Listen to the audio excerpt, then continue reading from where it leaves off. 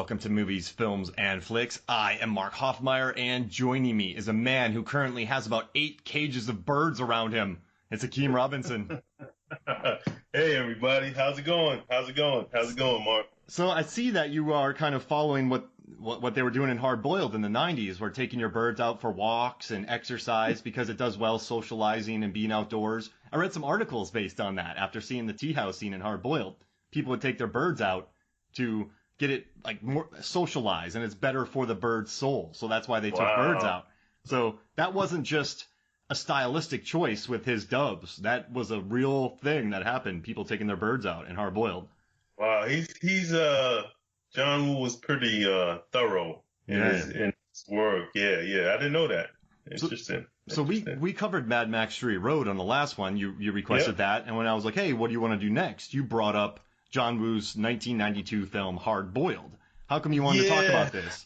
Well, I looked at Mad Max Fury Road, and I'm thinking like this may go down as one of the greatest action films of all time. So I started thinking about other films. Hard Boiled was the one that kind of just came to mind to say, something that might be able to run alongside a Mad Max Fury Road, or just something that just felt as exciting action-wise as Fury Road did, and Hard Boiled is it for me. And I mean, when you're putting together a top 20 list and you are thinking about what's going to make it, you have to consider Hard Boiled and Mad Max Fury Road. I think you have to. You have to. You have to. And I'm not even saying recency bias with Mad Max Fury Road. I mean, that 5 years later, it's a stone cold classic. Yeah, and this one in 92, this was released in 92. This movie, well, I guess, John Woo had done A Better Tomorrow and The Killer beforehand, which really influenced Tarantino and a lot of 90s United States action. But Hard Boiled, man, in 92, just the tea house shootout, the hospital shootout, the boat, the warehouse. What John Woo is so good at doing is just, like, there's 4 distinct gunfights in this movie. And this is going to sound weird, but the movie I equate this the most to recently is The Raid 2.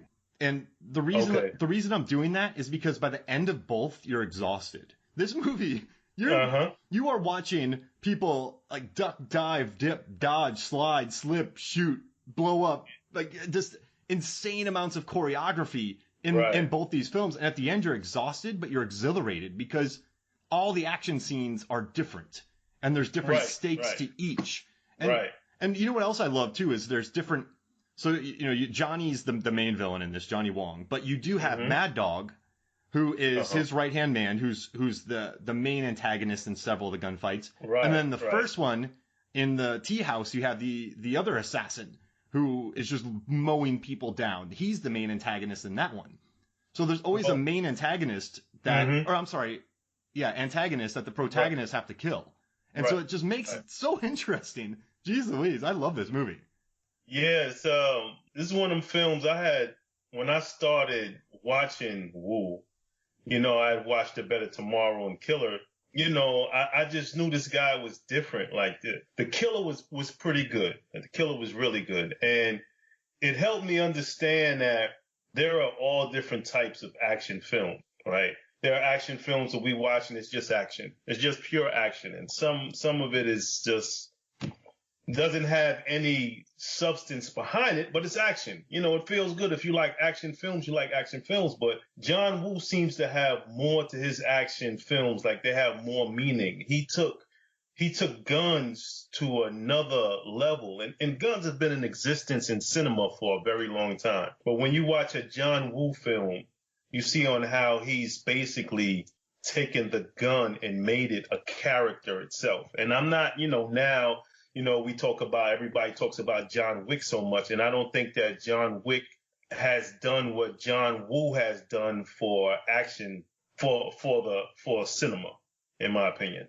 So, he's a very, as I said, thorough filmmaker in everything that he does, especially with his characters.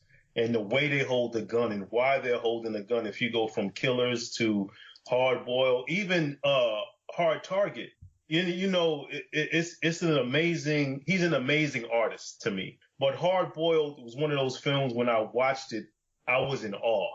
because Yes. I had never seen anything like this before. The body count, just for everybody to know, the body count in the hard boiled, I think, is 307. Yeah, I found that stat too. It's awesome. Right? 307. So, and it's not killing throughout the film. You know, there are moments, there are the emotional moments in the film. There are psychological moments in the film. There's actually family moments in the film, not young children, but there's a baby in the film. You know, that's very important. Babies, yes, that are very important to the storyline. So it's just a great piece of art. So if anybody's listening that's never seen Hard Boiled and you're an action buff, I don't know what happened to you. For you have not to seen probably one of the greatest action films of all times, but I'll say hands down the greatest shootout scenes of all time. Hands down.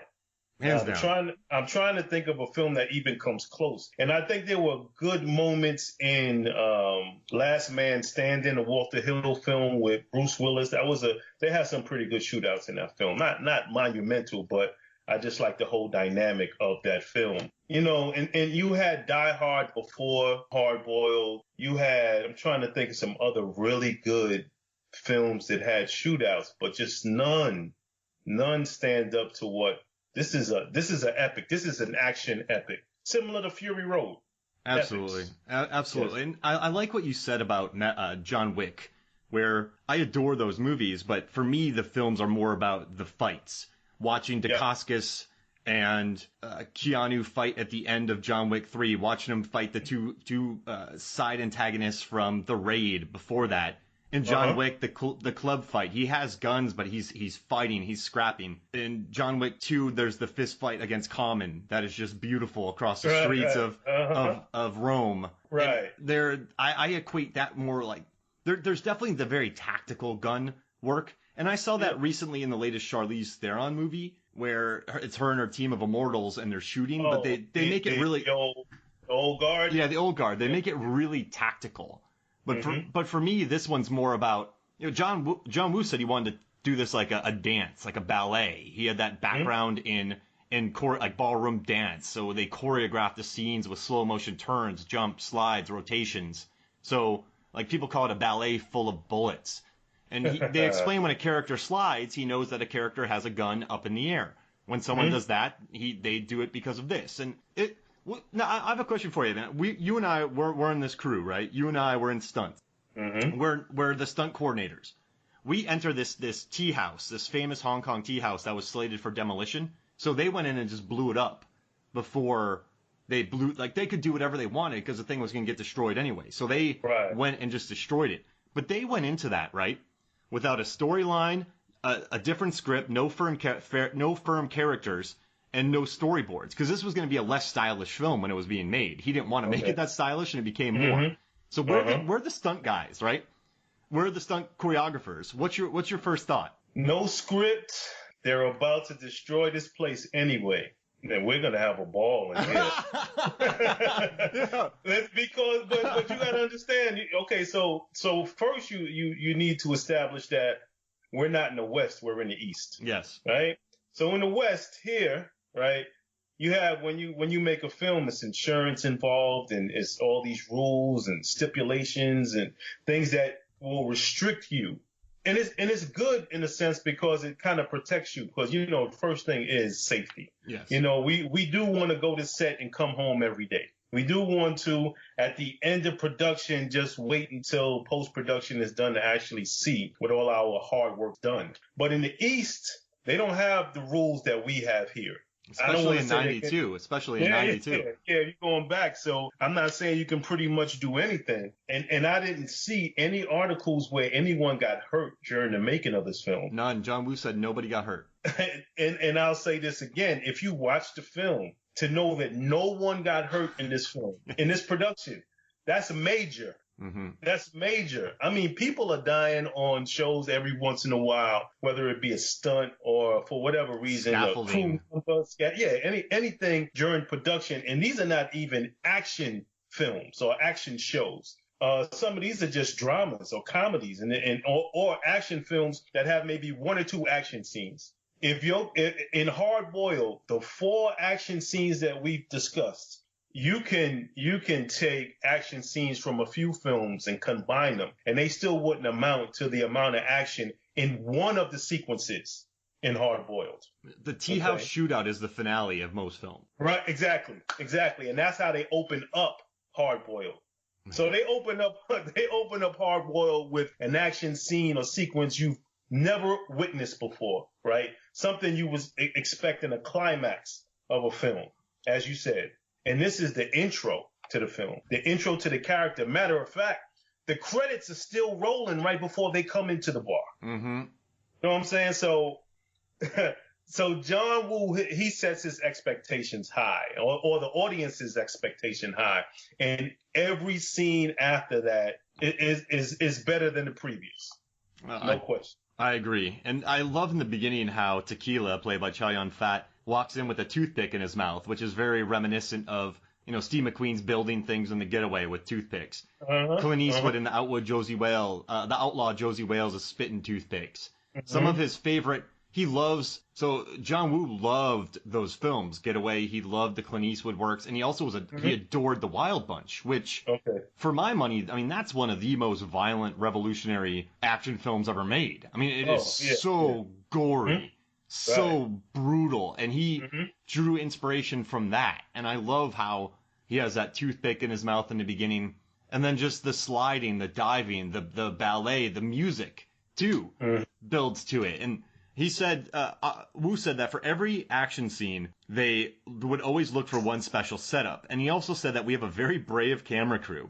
If I saw that a fire, if I saw that a fire from an explosion was still burning, I pushed the cinematographer Wong to grab the camera and go inside the fire. He and his assistant would unscrew the camera from the tripod in 5 seconds. With one hand, he'd hold the camera, and with the other, he'd throw a wet towel over his head and run right into the flames. Those guys had a lot of guts. And you can see that in this movie. Those squares. Especially in the warehouse scene, you bringing up the fires and you bringing up the camera actually being within the midst of the flames. You can see that in the warehouse scenes a few times. As soon as you said it, all these images came to mind as fires in cars, out of cars, around the warehouse. It's just, and you feel immersed in the scene. Yeah. For me. Was there. It puts you in it. Was there. Yeah. Oh yeah. That's a perfect word that you just said, immersed. Because he'll take, in the warehouse scene, he jumps off cars and slams people in vehicles, but the camera's in there. This is, no one got injured.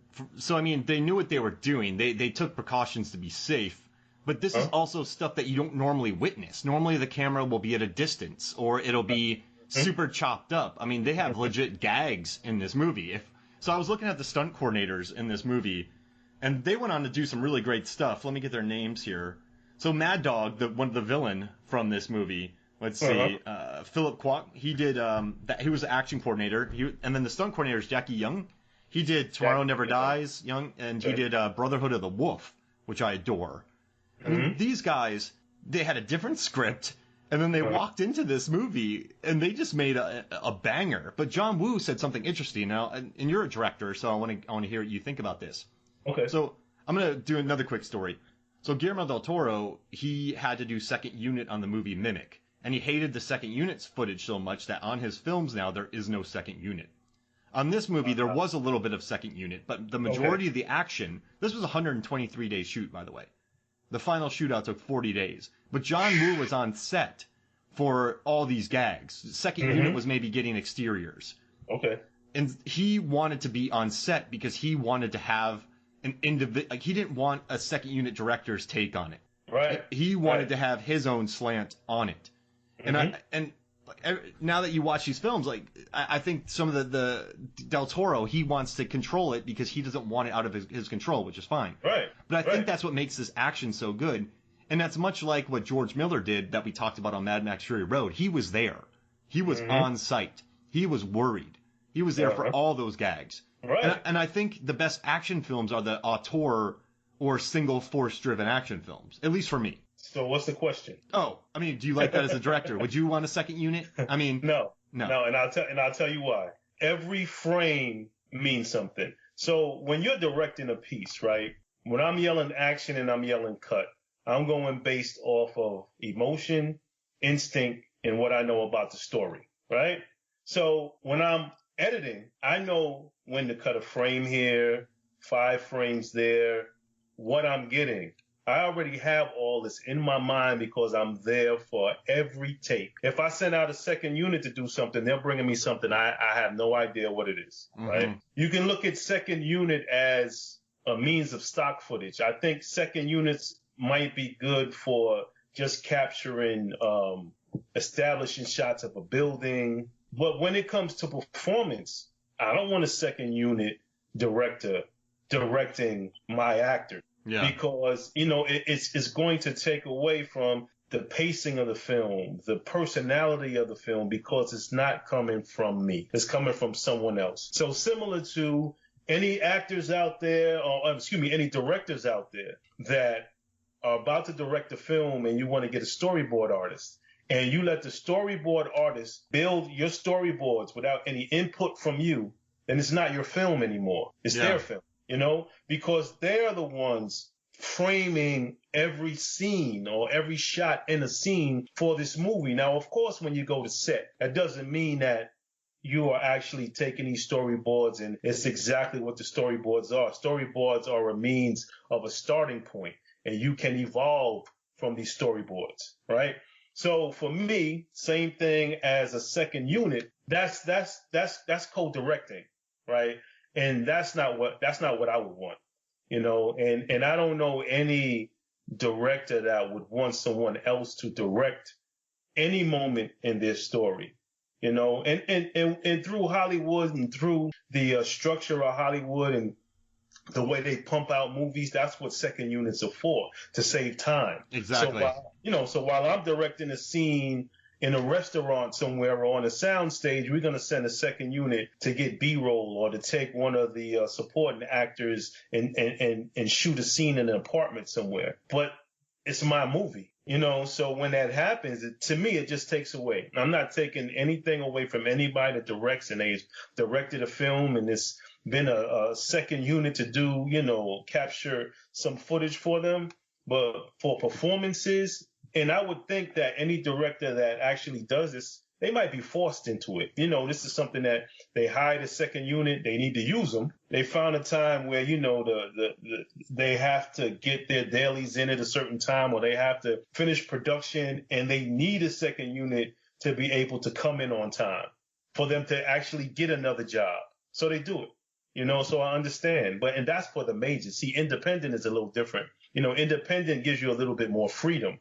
But the majors, if the studio is saying, look, we got a second unit, take Charlie Theron on and shoot her in an action sequence, and the main director's not going to be there, but we got to get it done, what are they going to say? They're going to say, okay, Every major movie that I worked on towards the end, they all had second units because that would tack on another 40 days to the shoot, so if they didn't do it, they would have to go further. And a lot of the directors that take these films, a lot of them don't have background in action. They do pluck some of these people from obscurity.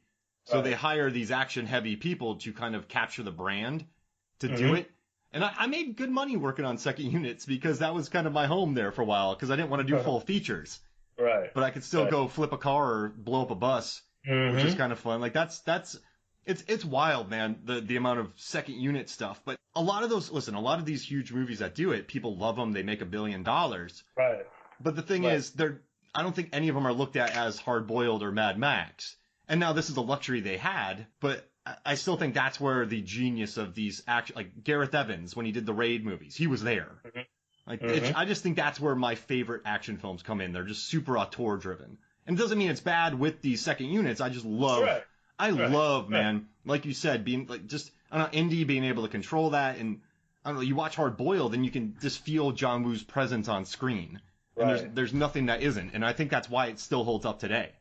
Right. But then when we was talking about Fury Road and George Miller, and I think this is why George Miller takes so much time in between movies, is because he knows the amount of due diligence that's needed to be able to pull off a Fury Road. So he knows he's going to need to be there. He's going to need to be there every step of the way to get it done. So it's almost as if he's bringing an independent infrastructure into a major motion picture. Yeah. Going to be there every step of the way, But I think, when you talk about auteurs, Wu is definitely one. And Miller is definitely one. There's a few guys out there. I think Cameron is another one. Guys, when you watch their work, you can actually see the love that they put into their films. I had a professor of mine, Jack Perez, tell me, you can watch a film sometimes and you can see the love that they actually put into their work, right? So when you watch Hard Boiled, it's a lot of love. A lot of love in that movie, man. Oh, it's a lot of love. It's so much love. Yeah. Whether it's a guy making origami for each person he kills, or a guy playing jazz when someone dies. Mm-hmm. Right. You have these two different cops. That one makes music when someone dies, the other one makes something else when he kills somebody. It's a really interesting swap between these two characters, and I think they're dynamite together. Tony Leung and Chow Yun-fat. That's where I was going next. Those guys, they were looked at in Asia as like De Niro and Pacino. Mm-hmm. That's what I read something that's how they're looked at. So to have these two guys in one film at the same time. So if we sit here and think about it, one of the greatest shootouts that I've ever seen is the shootout in the street. A Heat. Oh gosh, yeah. Right. So maybe that'll be another film we do. Oh, but I would cover Heat in a moment. Yes. So maybe we could just put it out there for your viewers. But the Chow Chow Yun and Tony in the same film, and then with Mad Dog, as you said. So for people that don't know who Mad Dog is, okay, so his name is Philip Chung Fung Wak. If anybody's into martial arts, he was the agent in Five Deadly Venoms. So he was one of the protagonists in Five Deadly Venoms, and he's always been amazing as far as being a martial artist. But in this film, he was a hitman, and no one could tangle with this guy in hardball, whether it's been with a gun or with their hands. So this was just an amazing piece of art, to watch. And I've been watching it since it came out. I remember I lived in New York at the time, and I was in a barbershop, and this is when somebody had put The Killer, and I watched it, and I was like, wow, this was pretty good. So I started researching John Woo, started researching his work. And as I'm researching his work is when Hard Boiled came out. And after I saw that, I said, this guy, if he ever made it to Hollywood, it would be amazing. But then he came to Hollywood, and we kind of know the story where I think they kind of stifled him as an artist. He had some hits, but they weren't John Woo. No. Maybe Face Off, Hard Target, Broken Arrow, Paycheck. Right. Wind Talkers. Yeah. He actually had a show as well. I forget what the name of the show was that came out. It was on broadcast television. Now this was before Netflix, and let me see. It was before Netflix. Oh, he had his own TV show? He had a TV show that he produced, and I believe he directed as well. And it came out I want to say in the late 90s, maybe. Yeah, in the late 90s. I'll do some research on it, but it was it was pretty good. It was pretty good. It was Woo, but then he has a video game based off of Hard Boiled called Stranglehold. What?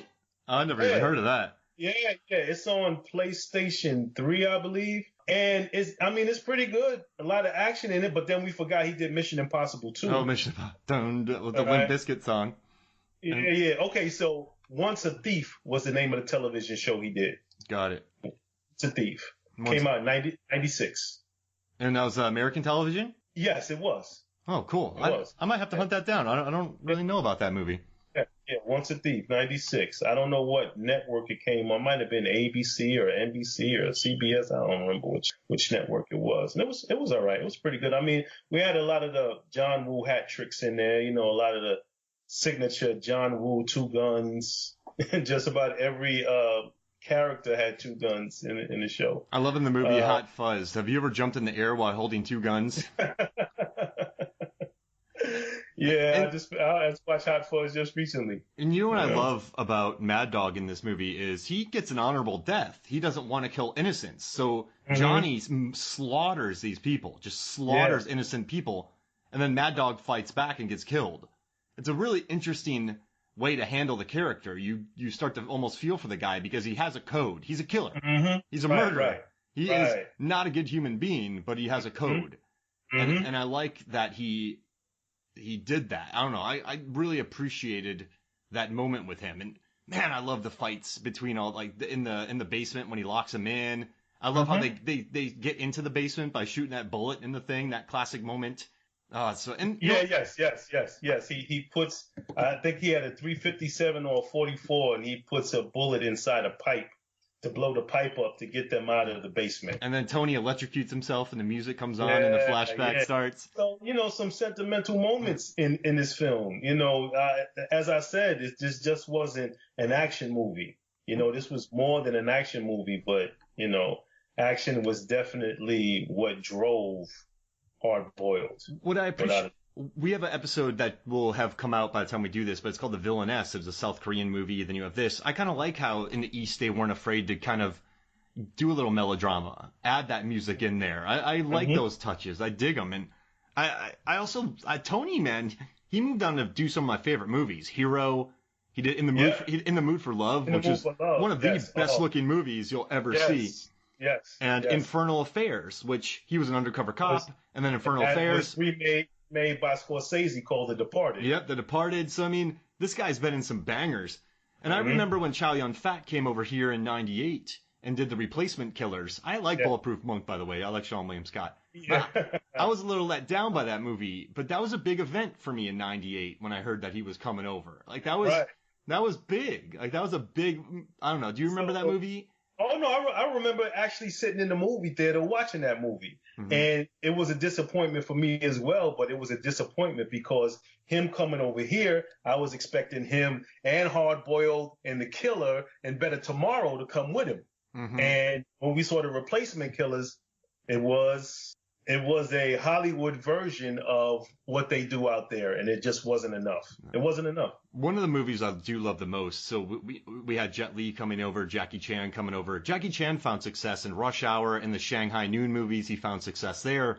But there's a movie with Jet Li where he teams up with Bridget Fonda, and it's called Kiss of the Dragon.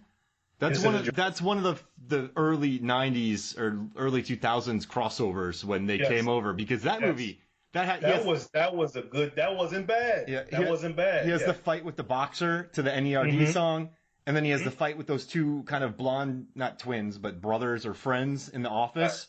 That's a good one, man. I think that's my favorite of kind of Chow Yun-fat, Jet Li coming over, Jackie Chan. The kind of Hong Kong style action coming over. Because that one's ballsy, dude. Well, that one wasn't here. That was in You're Rome, right. Italy or France or France, somewhere. I think. Yeah, I think it's a French film. Yeah. I think it was done by a studio here. If Bridget Fonda was in it. But I think it was gritty. I think it actually wasn't. It wasn't Replacement Killers. It didn't give me that feel of And Replacement Killers wasn't a bad film. It just was, for lack of a better word, a Hollywood movie. It was a Hollywood film, and the structure was Hollywood based, and you can kind of tell where they were going. It started to feel like a Tony or Ridley Scott film, similar to The Last Boy Scout. Yeah. Good action, but, everything is telegraphed. We know what's going to happen in every scene. Very predictable. Replacement Killers was for me. I need to do some research on this, but Desperado, I love the gunplay in that movie. Robert Rodriguez and El Mariachi before it. Yes. Yep. He had to have drawn inspiration from Woo. I'm sure. And I love those early Robert Rodriguez movies. That guy's great. Oh, man. Yeah. Hey, so how about this? Let's take a quick break, and when we come back, we will talk more Hard Boiled. We'll be right back. All right. Welcome back to Movies, Films, and Flicks, and we're going to talk about the oneer in this movie, the all-time one shot of Tony and Chow Yun-fat, or Tequila and Alan going through the hospital 2 floors killing people. But before we do, man, you and I, we're going to do a 1992 action movie draft that you can vote on Movies, Films, and Flicks Facebook.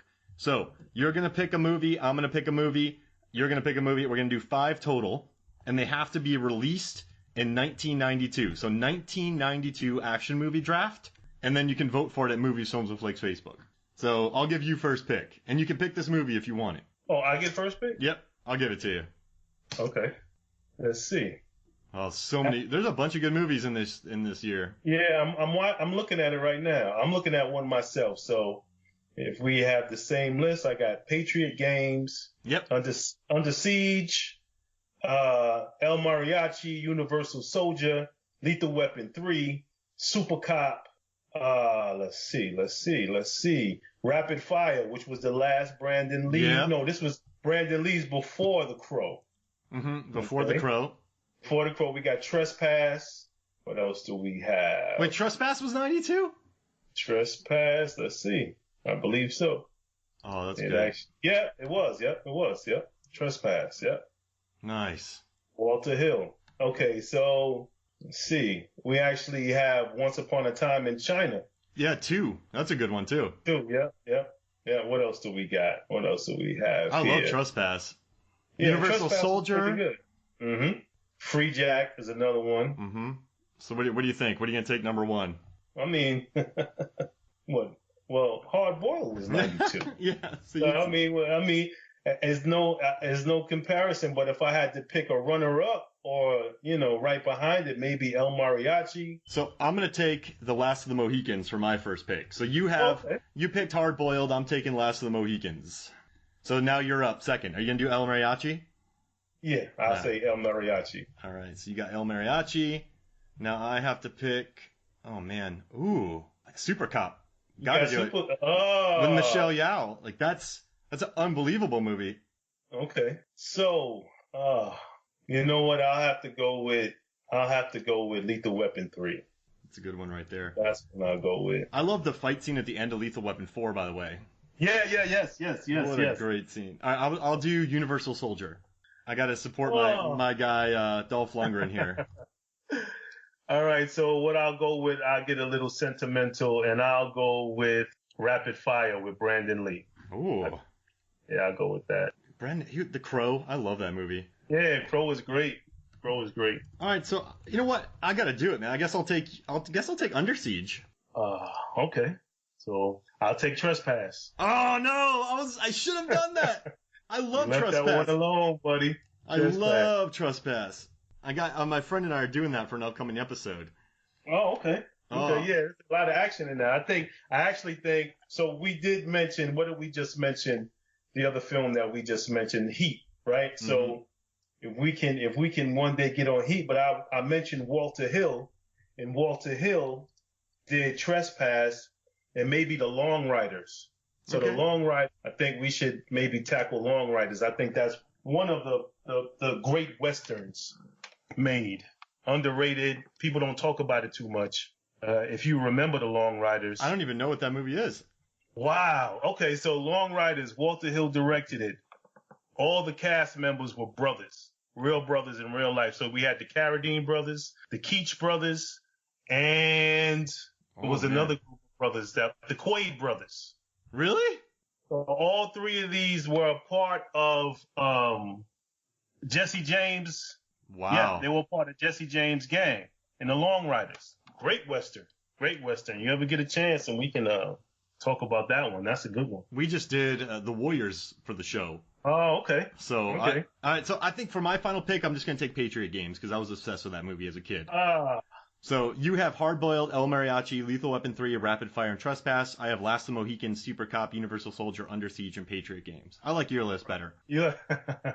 I like your list. I like your list. You grabbed a few. You can go to Movies, Films, and Flicks Facebook, and you can vote there the day after this episode is released. And also, and if you miss it, just head there. We run a bunch of fun polls. Really positive atmosphere. I really police to make sure that it's just not the internet. People just talk about movies they love, keep it positive, have fun. Now let's get to this oneer in the hospital at the end. I mean, there's a lot that we've glossed over in this movie. I mean, you know what? We haven't talked about the cheeky people in the office who always want to listen to the conversations behind closed doors between the captain and Tequila.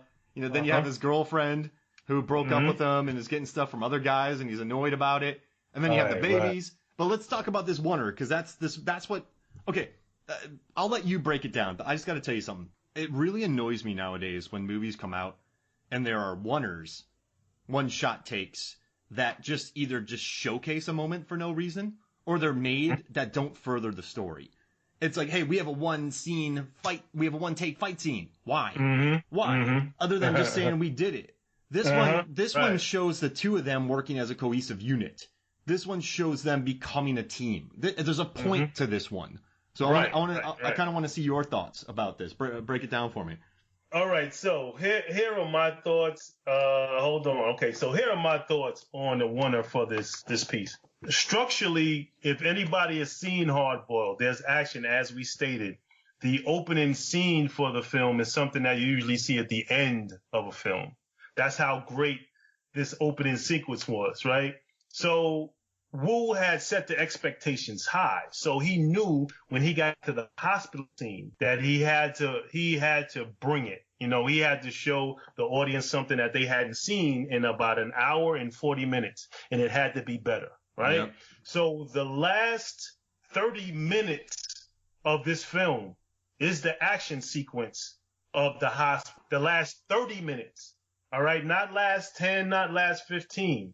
All right. The last 30 minutes, matter of fact, I won't even say 30 minutes. It's more than 30 minutes. Yeah, because they still have to go downstairs and they have to do all that. So they actually go to the basement, to the basement at about an hour and 19 minutes into the film. The movie is 2 hours and 8 minutes, everybody. Okay. So at an hour and 20 minutes into the film is where they enter the hospital. They're on the elevator. They're talking with Tequila and his girlfriend. And then you got Tony in the elevator. And this is where they plot and scheme to find out where the armory is. So the antagonist of this movie, sorry to spoil it for everybody, he has an armory in a hospital. So, you know, the protagonist in the movie, Chow, Young, and Tony have to get into the basement to find the armory. This is like I said, this is an hour and 20 minutes. So for the next 40 minutes, you're going to have action throughout the film. And through the middle of the action sequence for the end of this film, there's a oneer where Chow Young Fat and Tony Leung? Is that how you say his last name? Yeah. Tony Leung. They actually go through the hospital killing all the bad guys. Sliding on tables and jumping through windows, sliding under one another, shooting one guy, the other guy shoots another guy, and they're turning around corners, just going through this hospital, killing people. And this oneer leads up to Tony killing another cop, right? And it doesn't stop. They get on the elevator, and it still doesn't stop. Chow Young is trying to get Tony to snap out of it. Don't worry about it. It's not what you thought it was. He wasn't a cop. They get off the elevator and they continue killing. As soon as the door opens, they start firing, and they go for a few minutes after that, killing people in this oneer. So it's usually when you see a oneer, I've seen oneers before where they'll go on elevators and come off, and they're just walking around. But I'm a director, and for everybody to understand, this is what we call blocking. So when we block a scene, that means that every extra, every actor has to hit a mark, because then we have to make sure we have focus with the camera. Even if we're using a wide lens, there's going to be things in the foreground, middle ground, and background. So how long did you say it took for them to complete the hospital scene, Mark? 40 days. 40 days. I believe it.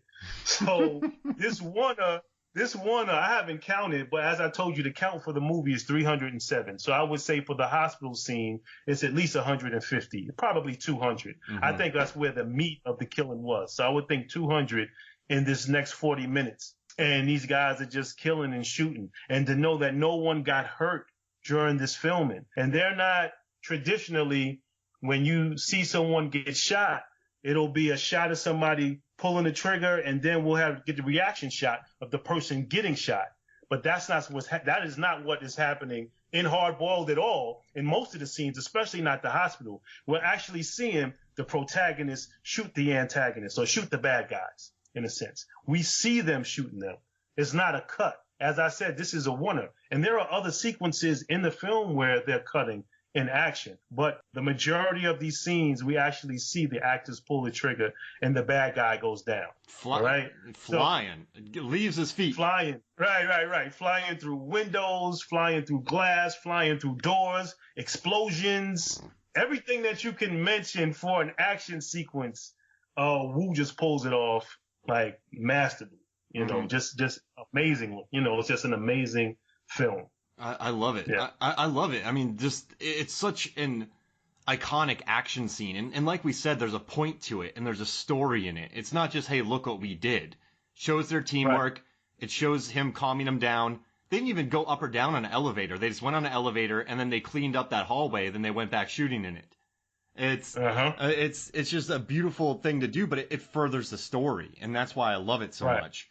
And there's so many small moments in this that I love. Just watching them crisscross and become a team.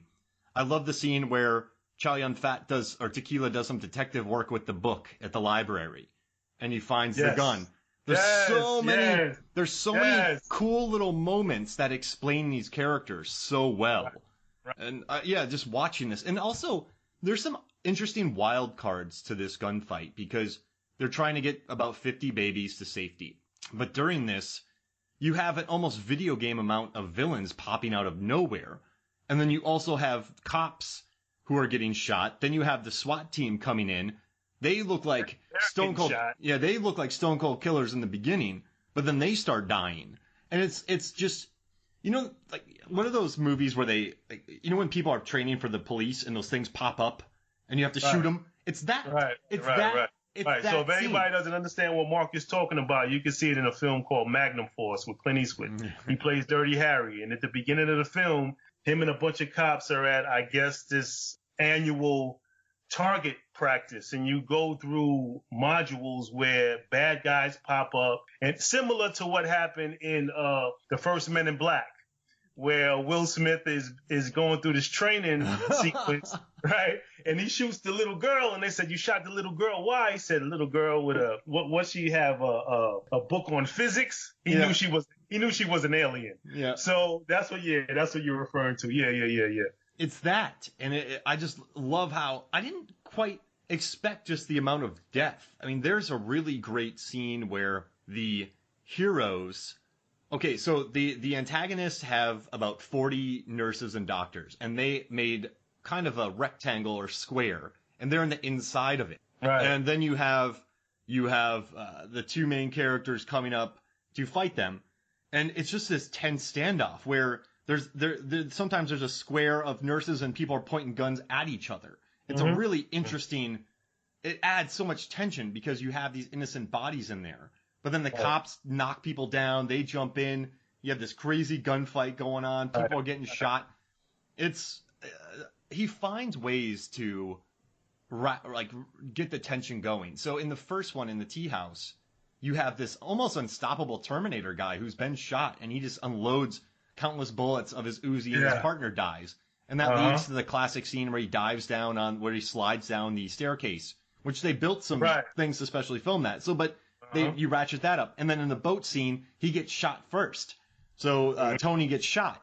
And so you have that you're worried about. In the warehouse fight, you have two different crews working together. Well, he's about to pull off this deal. He just killed his old boss. He's killing these people. Tony's killed everybody because he's an undercover cop working in this drug organization.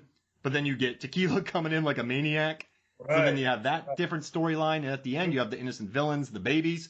There's just so much. There's so much. But you care. And it doesn't assault your senses because there's a different narrative in each. Well, if you sit here and think about it, in every sequence, especially the shootouts, the stakes are raised. So you go from the tea house, you got, got all these innocent bystanders in the tea house. They're getting killed in this shootout, right? Then you got the warehouse scene, as you mentioned, and you got the guys working in the warehouse and all these, and the stakes are raised then because now you have, I think, the leaders of the triads or the big boss coming up. So the stakes are raised. We get to the hospital scene and the stakes are raised even more because now you got doctors, nurses, and patients, as innocent bystanders. So every sequence, the stakes are raised, which makes it that much more interesting for the audience. So, Wu did his homework. He's just not an action director. He has story, he has structure in his films, which is awesome. And I do gotta say, man, I love the random shots of Tony sitting around with an unlit cigarette in his mouth. There's some random shots in this movie that I adore that just, they were shot because they probably thought they looked cool. But watch, I mean, movies have done that prior. I mean, they had glory lit certain actors and done that. But then if you look in the 90s, I mean, Bond was smoking well before these movies. So cigarettes were popular in movies. But so watch the way he shoots Tony in Hard Boiled. And then go watch Broken Arrow, where Travolta has a cigarette in his mouth the entire film. Like, cool cigarette smoking became a thing in the 90s. Right. And that didn't start with Hard Boiled, but I think some movies do help push it. And they look cool doing that. I just love, he wanted this movie to look cool, have a fun story, have two guys you like. But I think the main character is the action, would you say? Or no? Yes, I would say yes. Yes, I would say, but it's cinema. Like, this is a good example on, you're talking about cool shots, you're talking about action, talking about structure. So this is a good example on how, as you're saying, you're bringing up other films and how there are certain things in cinema that we need to see. Certain images that give us that sense of scope, right? So this epic film has it all in a sense, because that's what we're breaking down, and even has the love aspect with Tequila and his girlfriend, and the roses. Yes. So everything is there, and it's something that, for argument's sake, anybody could watch, but there's so much killing in here. I don't know if you want to have a young person watch it, but it's not a lot of gore. It's a lot of killing, but not a lot of gore in this film. How would you explain the vibe? Well, what do you mean? So I watched this movie with my wife. She watches a lot of movies with me, and she's like, this movie has a very unique vibe to it. She couldn't quite put a word to it, but it's on its own wavelength. It really is. This movie is on its own wavelength, and that's what makes it so unique. But what's that wavelength? What's that vibe? Well, how would you, what's the way to explain this movie? I'm gonna give you a tough one here, but what is it? Like, what is the vibe here? What's the wavelength? Like, how do you feel when you watch it? Why do people consider this to be, aside from the action, but like, what does that make sense? I want to hear what you think. No, yeah. I'm not really thinking about the action. I even tell this to my students. The whole is greater than the sum of its parts, and that's how I would look at this film. There's so many small moments, beats, scenes, sequences in this film to actually make it the masterpiece it is. And you talk about vibe. It's a highly motivated action of emotion, because what I'm sitting here thinking is that, as I said with Wu, every action sequence really has two parts. So even the tea house, when they come in and they start the shootout and Tequila slides down the staircase and shoots the guy, he actually has to go back upstairs to actually deal with the main antagonist for this scene. And this is when he rolls underneath the table with the explosion, and he has flour all on him, and he shoots the guy in the face, and all the blood shoots up in his face, right? So there were two parts to that. There were about 3 or 4 parts to the hospital scene, right? And where the stakes raise. So it's not more or less an action-driven film. I think it's an emotional-driven film pushed by the action.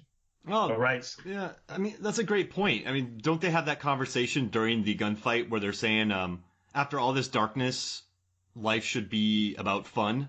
Like, doesn't he say that line? Like, it's always light? I'd have to go back and check that, but I'm not sure. But yeah, that would be my take on it. It's an emotional roller coaster, the roller coaster is the film, but the action is, you sitting inside that little car and it's taking you on this highs and lows. The action is the highs and lows because you got extremes. You got fierce gun battles, and then you have Tequila and his girlfriend in the police station, and she's getting these roses, and he's singing to her, right? I think there were scenes where he's singing to her. So yeah, it's just a roller coaster of emotion. So I mean, vibe, yeah, that's my take on it. And then they go and they put cotton swabs in about 50 babies' ears during a major gunfight. Yeah, it's something. I love it. That's what it is, though.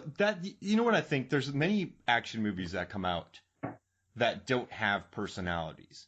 Mm-hmm.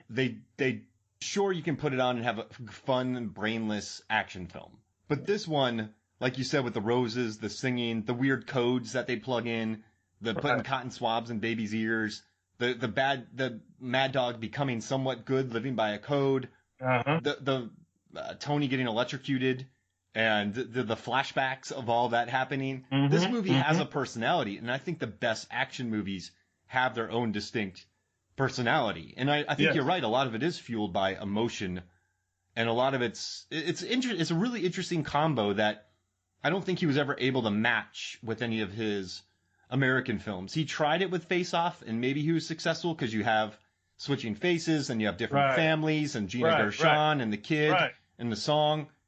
But I think it's really successful in this movie, just the way that they capture all that. But no, I love it. It's just I just think this is a great piece of cinema where, I mean, you label it in the action genre, but it has so many important pieces to make it what it is. So as we said, emotion, we said great action films. So if we sit here and we think about the great action films that have personality, I think Die Hard had personality, right? Yeah. I think Fury Road had personality. And when I mentioned Heat, even though Heat is a drama, it's a crime drama, the action sequences in Heat, there weren't a lot, but they were great, when you had them. I think The Great Escape had a lot of personality. Oh, yeah. So I think Hard Boiled is on that list of great films with personality, but there's no film that I just mentioned that could match the gun, I guess, choreography. None. The dancing, as you said, none. Not even John Wick for everybody. And John Wick is a good. It's tactical. It's a tactical. It's a very tactical film. Yes. This doesn't feel like that. This doesn't feel tactical. They call this a bullet ballet. And I agree. And before we get out of here, I just want to pitch something to you. So we were talking about Mad Max Fury Road. That movie has Rictus, who at the end is kind of this secondary antagonist. Then in this one you have Mad Dog. In Lethal Weapon you have Mr. Joshua. And you brought up a couple others, but I've already forgotten. Lethal Weapon or Die Hard, you have the blonde guy who's the secondary badass. Mm-hmm. It's a really interesting. The Raid has Mad Dog. I mean, it's really John Wick 3 has the secondary guys next to Dacascos. It seems like there's a pattern going on here where the antagonist has a right-hand man that they have to get through before they get to them. And I think that's like a trait in some of these classic action films. Would you say? I would say yes, and I think I understand the math behind it. When your lead, you have your antagonist, and your antagonist, as it's said in writing, the greater your antagonist, the better the struggle is for your protagonist, and the more that your audience actually can put themselves in the protagonist's shoes. So they become more invested in the protagonist because they know the struggle and the journey he's going to have to go through to beat this villain, as Batman and Joker, right? We love Batman, but in essence, Batman is no match for the Joker. He's just not, and when we talk about these villains, these great villains, they need a sidekick or a hitman, to lead up to the anticipation, because if the protagonist just goes straight to the antagonist and defeats him, maybe we won't be as satisfied. We need more. All right. But the lead antagonist, he has to die last. He has to die last. Desperado. You have Danny Trejo as the knife thrower. Right. It's good to have these secondary. Right. It's a. I don't So know. he was just a hitman, but he was lethal. He was lethal. You know, even when you talk about the Matrix, you know, you had Agent Smith, which they had to carry over. Yeah. You know, so they had to make sure that, and he wasn't the lead antagonist. He was in essence, but you know, the lead antagonist for the Matrix, he was like Oz from the Wizard of Oz in a sense, you know. So, but you know, these great action films, and then you know, we didn't talk about the Matrix because I think the Matrix has some pretty good shootouts. Oh yeah. And you know, first one, you know, some pretty good ones. So missed that one. I just remembered this though, but Woo in his films, you have Hard Target where you have you have Lance Henriksen as the main heavy, but his sidekick was the guy from The Mummy, Arnold Vosloo. He was so good in it. And then Broken Arrow, you have Howie Long, who was a secondary guy that I liked Howie Long in that. And then in Face Off, you had the secondary guy as well next to the main villain who was working for, I forget, Will Patton maybe?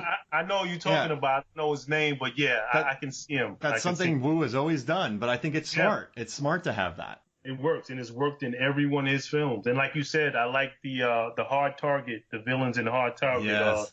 Lance and who's the other guy's name? Arnold Vosloo. Yes, and he had the accent, and which was probably his accent when they were in New Orleans. But the whole backdrop for that film was perfect. You know, New Orleans was a really good. That was another good. And it's sweaty, It's a sweaty movie, and it should be sweaty, and I love it. So it's no hard boiled, but it's a pretty good film. Yeah, it's no hard boiled. Yeah, I mean it's. I don't think it wanted to be hard-boiled, but you know he didn't. He wanted Kurt Russell for that movie, not JCVD. Really? I think so. Yeah. See, incorporating the martial arts with that film, with the gunplay, did it work? You know, because I'm sitting here thinking about the other films Wu did, and I don't think there's martial arts to the degree of Hard Target in any other of his films. No, you have the bad fist fight at the end of Broken Arrow. Yeah. Where they're boxing. That was good. That's a good action movie. So we're talking about just pure action, adrenaline. You know, I think Hard Target is good, but still, like I'm saying, there's no film for me action-wise that stands up to Hard Boiled. And Fury Road is a different kind of action for me. You know, we're talking about vehicles and strong storyline and really no dialogue for Fury Road. Hard Boiled, the dialogue carried the story along. The relationships carried the story along. The emotion, you know, two different kinds of action, but just both very good action. Oh, I love it. Well, I'm glad you brought this up, man. I'm glad we talked about this. This was a good one. Oh, this is awesome, man. Always an awesome time with you. But, you know, we picked some great ones, and this is one of the greats. What are we doing next? You know, it's a toss-up because we brought up Heat. Oof. Yeah, and then we had brought up something else a few weeks ago, and I'm trying to remember. Oh yeah, well we had Bullet. We were maybe talking about. We said Bullet. I'll let you pick because you haven't gone wrong so far. So we'll figure it out. We won't do it yet. Yeah, but we'll figure it out. We'll figure it out. Good. Yes. All right. Well, thank you for joining me, man. Hey man, thanks for having me, Mark. I always love talking film with you, man. All right. So for me, Mark Hoffmeyer, and for Hakim Robinson, this is Movies, Films, and Flicks. We'll see you next week.